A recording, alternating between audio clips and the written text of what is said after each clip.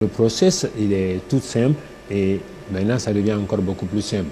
Parce qu'une fois que l'enrôlement fait sur place dans les ambassades, les agents en charge de la production au niveau des ambassades qui font l'enrôlement sont appelés à faire le scannage.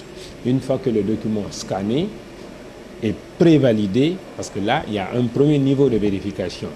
Lorsque le document est scanné, l'agent en charge s'occupe de faire la prévalidation. Ceci lui permet de vérifier est-ce qu'il y a une erreur ou pas avant de pouvoir acheminer le document vers Conakry. Cela peut se faire le même jour ou en 2 jours, selon la disponibilité des agents mis en place. Alors, une fois que le dossier est prévalidé, le dossier est acheminé de façon numérique à Conakry.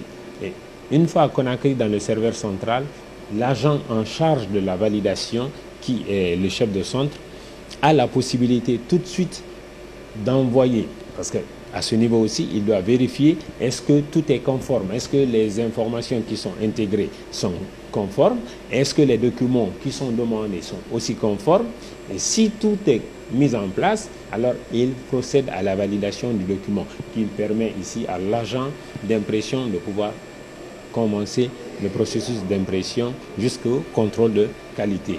Maintenant, il y a d'autres dossiers, par exemple, qui sont produits là-bas, surtout dans le cadre des renouvellements. Quand le dossier est produit, après l'enrôlement et tout ce qu'il faut, le scannage et la prévalidation, le document, une fois arrivé ici à Conakry, il y a un processus qu'on appelle le dédoublonnage ou le déblocage. Alors, ça, parce que ça fait que dans le système, il y a une seconde information de la personne qui se présente, c'est-à-dire le premier passeport est présent et le second aussi se présente. Donc l'agent, l'officier regarde est-ce qu'il y a une correction à faire dessus ou est-ce que les informations sont conformes au premier passeport. Si c'est le cas, tout de suite, il procède au déblocage qui permet à l'agent d'impression de procéder à l'impression du passeport. Cela peut se faire dans un délai très réduit.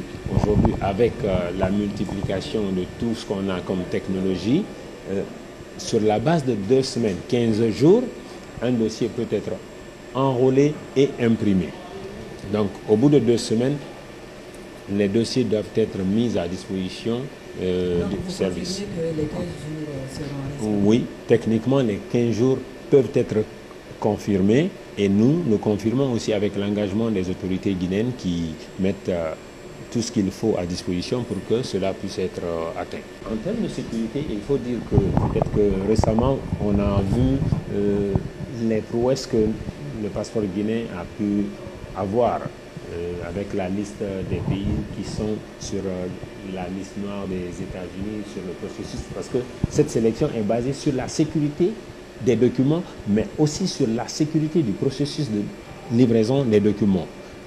Et cela étant dit, une fois l'enrôlement fait là-bas, parce que là-bas, il y a des agents qui sont chargés de vérifier est-ce que le demandeur est guinéen, est-ce qu'il a tous les documents qui sont demandés. Parce que nous avons des tests linguistiques qui sont passés pour savoir effectivement est-ce que c'est un Guinéen d'où, est-ce qu'il connaît la Guinée, ou si c'est un mineur, est-ce que les parents qui sont censés être des Guinéens, est-ce qu'ils connaissent le pays? Parce qu'il y a beaucoup qui se retrouvent recalés pour faute de justification. Mais tant que ce n'est pas justifié que vous êtes Guinéen, on ne peut pas vous embarquer dans un système sécurisé.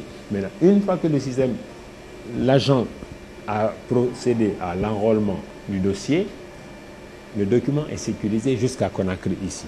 Et là aussi, à ce niveau, les interventions se font à 2 niveaux. C'est pourquoi il est dit que c'est un responsable de la police qui s'occupe de la validation et de l'impression.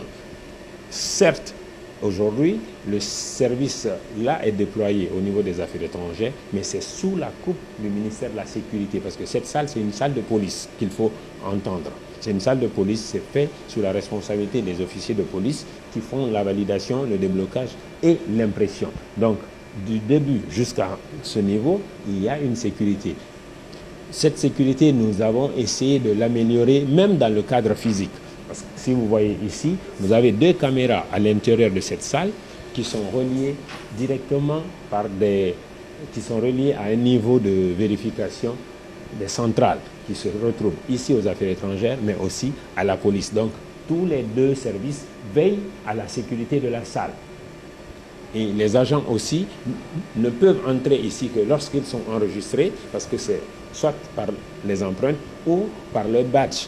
Et ça aussi, le badge, nous essayons de faire de sorte que, si c'est un cadre des affaires étrangères, que son accès soit lié directement à son badge de travail. C'est-à-dire que s'il n'est pas là, si quelqu'un d'autre utilise son badge, c'est sa responsabilité, parce que ça, c'est un élément de sécurité que vous devez garder. Alors, y compris ceux de la police, c'est la même chose, et pour les citoyens, en fait pour l'équipe technique de la société Louba. Donc la sécurité y est en ce moment. En termes de capacité, cette imprimante peut produire 400 passeports en 8 heures du temps. C'est-à-dire de 8 heures à 16 heures, vous avez la capacité de produire 400 passeports. Et aujourd'hui, la demande ne faisant pas 400 le jour, donc souvent vous trouverez que la machine n'est pas fonctionnelle parce que la capacité de production est supérieure à la capacité de demande. Donc nous sommes prêts. Alors en ce moment, nous sommes autour de 200-230 jours.